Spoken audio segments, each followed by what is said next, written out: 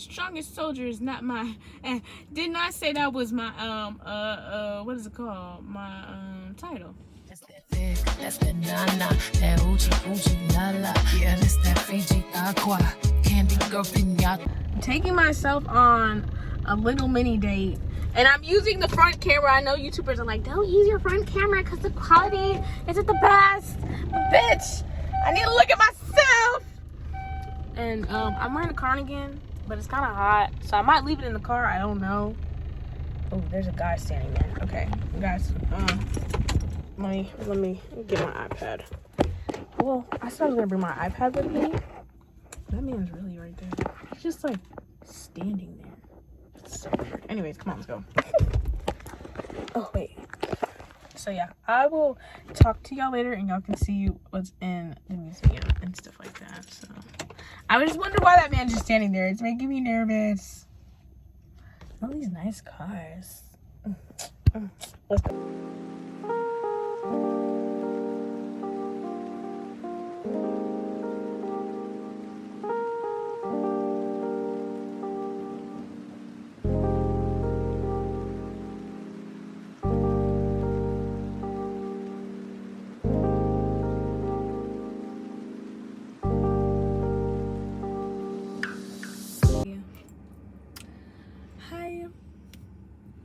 I'm in the parking lot of this museum that I just came back from, and I just wanted to share with y'all some things that I've learned in my spiritual journey and the things that you need to take heed of.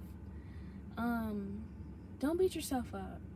Like, it's been a couple months for me just because I got awakened very quickly because of a situation that I was put in, and I had the awareness to get out, and I had the abilities to get out, and I just want to help people who have experienced what I've experienced in this journey. A lot of times we were raised Christian, and Christianity was derived from African culture.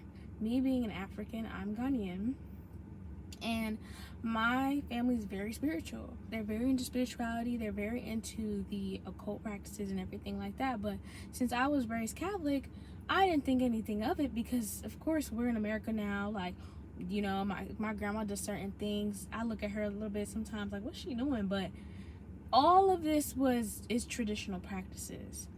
And a lot of the times we have to learn the hard way in our lives and really start to educate ourselves when things get really bad for us.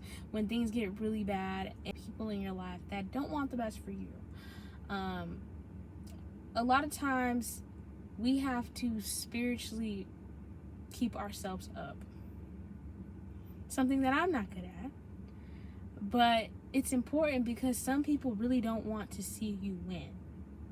Doesn't matter if, you know, your blood, your kin, y'all been knowing each other from way, way, way back, and why would they do this to me? It's because when you have a calling in your life, when you are designed to do things that you've never done before, you never put yourself in a space to even think about doing, there's going to be people who want to take your light away from you. They're going to want to take your blessings away from you. And so what you have to do is protect yourself at all cost. At all cost.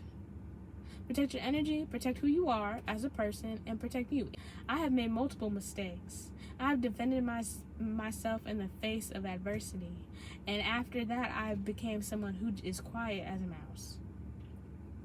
And it's because I got tired of wanting to fight.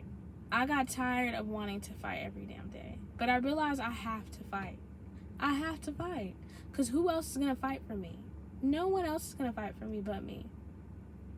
Until I'm in a position and a place in my life where someone can fight with me, I have to fight for me. And you don't have to be alone in your fight. You don't have to be alone when you're doing shadow work. You don't have to be alone when you're depressed or you're sad. And it's okay to ask for help. Sometimes we were taught to handle everything by ourselves, but we can't carry the weight of the world on our shoulders. But what we can do is take initiative and take responsibility. In taking accountability and responsibility for your actions, you can still have people around you. If they love you and they forgive you and they show you unconditional love the way that they're supposed to, then keep them around. You know what I'm saying? Like, Not everybody out here, and I'll tell you this right now, I'm the type of person, I think everybody's out to get my ass because of the things that have happened to me in the past, but I realize those same people who are trying to help me have made me realize that I don't have to be alone in this fight. It doesn't have to be just me. You know? And I get taught the same lesson over and over and over again. And God gives me grace every single time because he knows that I'm trying. You know? He sees that I put in some forth effort.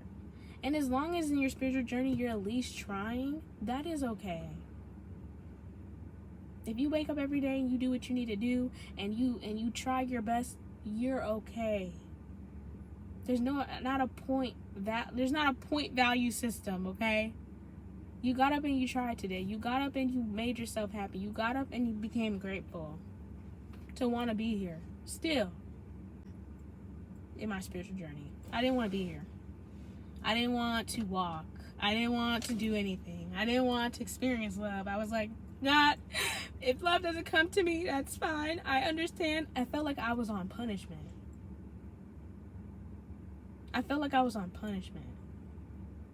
And to feel like you're on punishment on your spiritual journey is not the case. You're not on punishment. You just have to learn. And you have to grow. And I've been called to like speak about my journey and speak about who I am because someone out there can relate to me. When you have your whole family turn their back on you, to forgive them and let go and still live your life, it's hard. Because you feel like everybody else is against you and the whole world is against you. But that's not the case. You were just born in a family where you had to be the leading example of what not to do. These people were brought into your life to show you what not to do. And you were brought into your life to show them what you should do and how you should carry yourself. And you're not going to always be you're not going to be the favorite person. Let's be honest. It's so funny because I saw this TikTok and this girl was like, why not just be the villain? You already the villain in their story. Just be it already. Just take the role and take it well. Because when you're someone who just has to please everybody all the time and be there for everybody all the time, and you might as well just be who the fuck they think you are. A villain. Be the villain. Be the villain. Because they already painted you as it. And you can't change their mind. And as long as you know who you are at the end of the day, that's all that matters. You know what I'm saying? Like, just watch out for people who just don't want your best interest. I would honestly recommend people who don't want your best interest, and always keep your guard up. Like, not always, but always give people the side eye, because I've had a lot of people come into my life. Like, before I even went through my spiritual awakening and knew all my abilities, I had a group of girls who were envious of me, who wanted what I had, who saw the blessing, who saw the light in me. And they took advantage of that. They knew what was going to happen to me before I knew it. And used me as a testimony to their collective. Used me as a testimony to their collective. To their people, because I don't have a collective. Not at least yet. You know what I'm saying? I don't have a collective. No one knows my story. You know what I'm saying? And I have so much to learn in that aspect. But it's like, just to be in those situations where people just took advantage of me, took advantage of my story, took advantage of who I was as a person, constantly taking from me. And in some aspects, it made me feel like I couldn't trust myself, because why was I letting people do this to me and still being able to defend myself from things that you can't see, but not being able to defend myself from flesh? You know what I'm saying? So I say this all to say, like, fight for yourself, because no one's going to fight for you. There might be people who want to help you, and let them help you. But fight for yourself, because in the end, you're gonna realize how beautiful it is at the end of this journey, at the end of all of this shit. You're gonna see why you went through all what you went through. It's all gonna make sense to you. You're gonna realize when you're like, oh, this is why they were doing that, because they didn't want me to be here. They didn't want me to experience this. They didn't want me to experience love. They didn't want me to experience life. They didn't want me to. They didn't want me to be happy. They didn't want me to wake up every day. I wake up every day and I'm hopeful and I'm like, okay, things gotta work out. You know what I'm saying? And I'm like, God's gonna provide.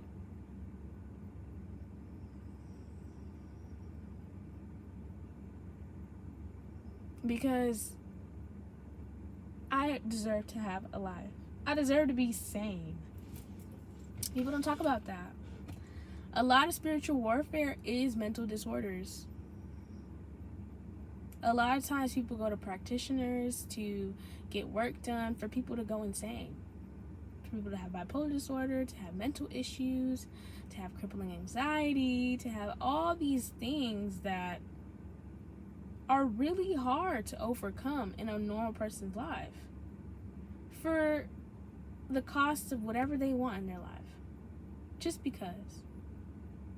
And so you have to be mindful of people in your family who don't want your best interest. They can say beautiful things about you, uplift you and everything like that, but you still can't trust them. You can't. Trust yourself. Trust who you are.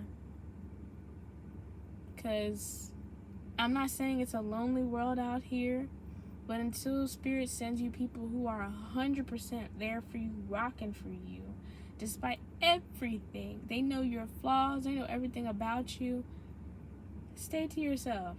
Everything that you have going on, stay to yourself. Stay to yourself. The people that are meant for you will come to you. You will be happy again. You'll realize how beautiful life is at the end of all of this shit. I know it's hard right now. I can only imagine, and I can only just feel like the pain in which other people feel, because I felt that. I felt those nights where I was like, I don't want to be here, bro. But I'm still here. I'm still standing. And one thing that your ancestors are always going to teach you is to stay strong. And look, I was like, God, respectfully, never signed up for that, right? Maybe I did before I came here. Maybe I had made a deal and I was like, okay, cool, this is a breeze. It couldn't be as bad as my last shit. Maybe I feel everything more than everybody else because it is a superpower. Because it is a part of me. My sensitivity, my genuineness, my pure-heartedness, and all of it is a part of something that is greater than me. All of the things that God creates you with is because it is to help you and others. And even though we live in a very selfish world, we help each other in so many ways. Even in ways that you can't give to nobody. You know how like you meet somebody and you're like, dang, they put me through the worst shit of my life. But they helped me though. Because without them, I would have never realized who I was. Without them, I would have never realized that I had this issue. Without them, I would have never looked myself in the mirror. And to look at yourself in the mirror and really want to fix yourself is very brave. And no one talks about that shit. Some people go about their life and they stay the same person. They stay the same person for the rest of their life. Period. So, we're gonna be... I know that the universe is working secretly in my favor. They're like, we're gonna make it work. This is Olivia's Life Live by Live, and I have a lot of knowledge and I have a lot of things that I want to share with the world because I really do be sitting in my thoughts. Okay? I might not have the nice fancy things now, but the nice fancy things are waiting for me.